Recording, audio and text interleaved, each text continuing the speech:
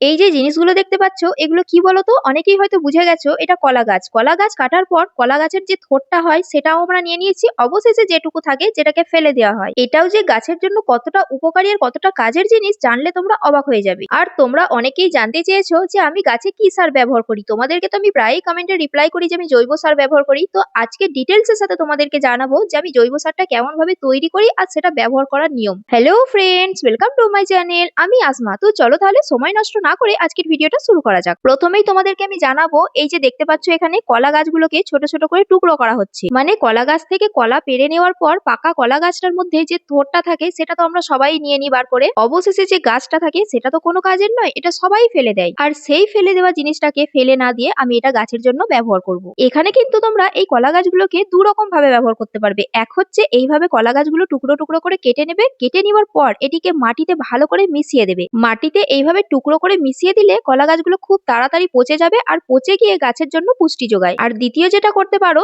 এইরকম ভাবে কলা গাছগুলো টুকরো করে রেখে এগুলোকে ভালো মতন শুকিয়ে নেবে। শুকিয়ে নিয়ে সেটাকে স্টোর করে রেখে দিতে পারো। এবং যখনই তোমরা গাছ বসানোর জন্য মাটি তৈরি করবে তখন সেই মাটিতে এই শুকনো জিনিসটা সামান্য পরিমাণে একটু নিয়ে মিক্স করে নিতে পারো। এমনিতেই কলা গাছ একটু ফাঁপা আর ভস্কা টাইপের হয়, তার কারণেই দেখবে মাটিটাকে টাইট হতে দেবে না। আর মাটি যদি আলগা থাকে তাহলে গাছের শিকড় তাড়াতাড়ি বাড়বে, আর গাছের শিকড় যদি তাড়াতাড়ি বাড়ে তোমাদের গাছও চচ্চর করে বাড়বে। এরপর আমি আর একটা সার হিসেবে জিনিস ব্যবহার করি, সেটা আজ তোমাদের সাথে এই ভিডিওতেই শেয়ার করছি। তোমরা খুব ভালো করে দেখে নাও আর বুঝে নাও যে আমি জিনিসটা কেমন ভাবে তৈরি করি আর এটাও কি কি কাজে লাগে। এটার জন্য এখানে আমি বেশ কিছু গাছপালার পাতা এইভাবে জড়ো করে রেখে দিয়েছিলাম, আর সেটা যখন শুকিয়ে গেছে, শুকিয়ে যাবার পর এটাকে খুব ভালো মতন পুড়িয়ে নেব। এবার তোমরা হয়তো ভাবছো যে এরকম গাছপালার পাতা দিয়ে আবার কি সার হতে পারে, তাই তো? চলো অত কনফিউজ হতে হবে না, আমি তোমাদেরকে জানিয়ে দিচ্ছি। এগুলোকে ভালোভাবে পুড়িয়ে ছাই তৈরি করে নেব, আর সেই ছাইটাই কিন্তু আমাদের গাছের জন্য কাজে লাগবে। হ্যাঁ বন্ধুরা, ঠিক শুনেছো, গাছের জন্য ছাই একটি চমৎকার প্রাকৃতিক সার এবং কীটনাশক, যা পটাশিয়াম, ক্যালসিয়াম, ফসফরাসের মতো পুষ্টি সরবরাহ করে। এটি মাটির অম্লতা কমায় এবং বিভিন্ন পোকা ও ছত্রাক থেকে গাছকে রক্ষা করে। বিশেষ করে ফুল ও ফল গাছের জন্য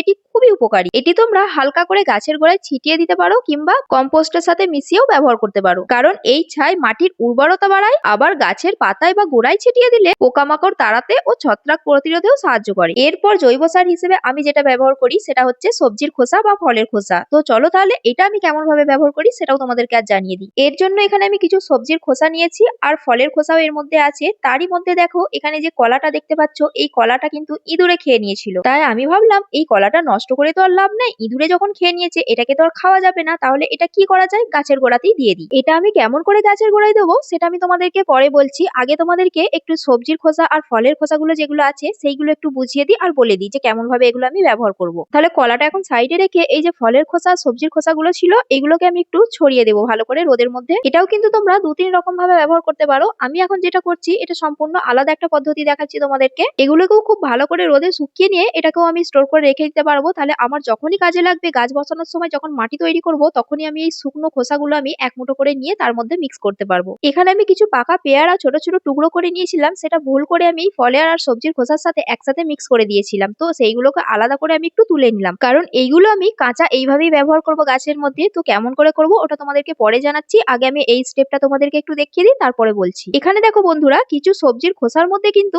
মোচা রাখা ছিল, তো সেই মোচাগুলো আমি এর মধ্যে মিক্স করে দিয়েছি। আর এগুলো আসলে কি জানো তো, যখন মোচা থেকে যে কলাটা বের হচ্ছে তখন দেখবে গাছের নিচে অনেক মোচা পড়ে থাকে, আর সেই মোচাগুলোই কিন্তু আমি এই খোসার সাথে মিক্স করে সব রেখে দিয়েছি একসাথে। কারণ কলা গাছের প্রত্যেকটা জিনিসই কিন্তু গাছের জন্য ভিটামিন ও খনিজ সরবরাহ করে এবং রাসায়নিক সারের খরচ বাঁচায়। এরপর এই ফলগুলো আমি কেমন ভাবে কাঁচাই ব্যবহার করি গাছের মধ্যে সেটা একটু তোমাদেরকে দেখিয়ে দিই। এখানে যে দেখতে পাচ্ছ আম গাছটা, এই আম গাছটার মধ্যে আম এসেছিল, আর সেটার ভিডিও আমি তোমাদের সাথে তো শেয়ার করেইছি। এটা 12 মাসি আম গাছ। তো প্রথমবারই আম এসেছে, মুকুল অনেক আছে কিন্তু আম দাঁড়াতো না, তো ফার্স্ট টাইম আম এসেছে। তাহলে চলো প্রথমে এই আম গাছটা থেকেই দেওয়া শুরু করি আর তোমাদেরকে দেখিয়ে দিই। এখানে যে আম গাছটা দেখতে পাচ্ছ, আম গাছের গোড়া থেকে একটু দূরে তোমাদেরকে দেখিয়ে দিচ্ছি, ঠিক এতটা পরিমাণ দূরে একটু গর্ত করবে সামান্য, ঠিক যেমনটা আমি করেছি এরকম হালকা মতন গর্ত করে এর মধ্যে সেই যে পেয়ারা কুচিগুলো করে রেখে দিয়েছিলাম, এই পেয়ারা কুচিগুলো এখন আমি ঢেলে দেবো। আর এটা করার পর কিন্তু তোমাদের মাটি দিয়ে চাপা দিয়ে দিতেই হবে, কারণ পোকা আটকাতে গেলে তোমাদের মাটি দিয়ে ঢেকে দেওয়াটা অবশ্যই দরকার, না হলে কিন্তু এর মধ্যে অনেক পোকা বা পিঁপড়ে হতে পারে। আর এখানে যে আমি ছোট ছোট টুকরো করেছি এই কারণে, এভাবেই টুকরো করলে পচনের প্রক্রিয়া দ্রুত হয়। এটি পচে ধীরে ধীরে সার তৈরি করবে এবং এটি মাটিকে উর্বর করে তোলে। তবে একটা জিনিস খেয়াল রাখতে হবে, যদি তোমরা যে কোনো ফল এইভাবে যদি গাছের গোড়ায় ডাইরেক্ট ব্যবহার করতে চাও, সরাসরি গাছের গোড়ায় ব্যবহার করলে পোকামাকড়ের উপদ্রব এড়াতে মাটি দিয়ে অবশ্যই ঢেকে দেবে। আর এখানে যে আমি গাছের গোড়ায় না দিয়ে একটু সাইডে দিয়েছি, এই কারণেই গাছের যখন খাবারের প্রয়োজন হবে ওর প্রয়োজন মতো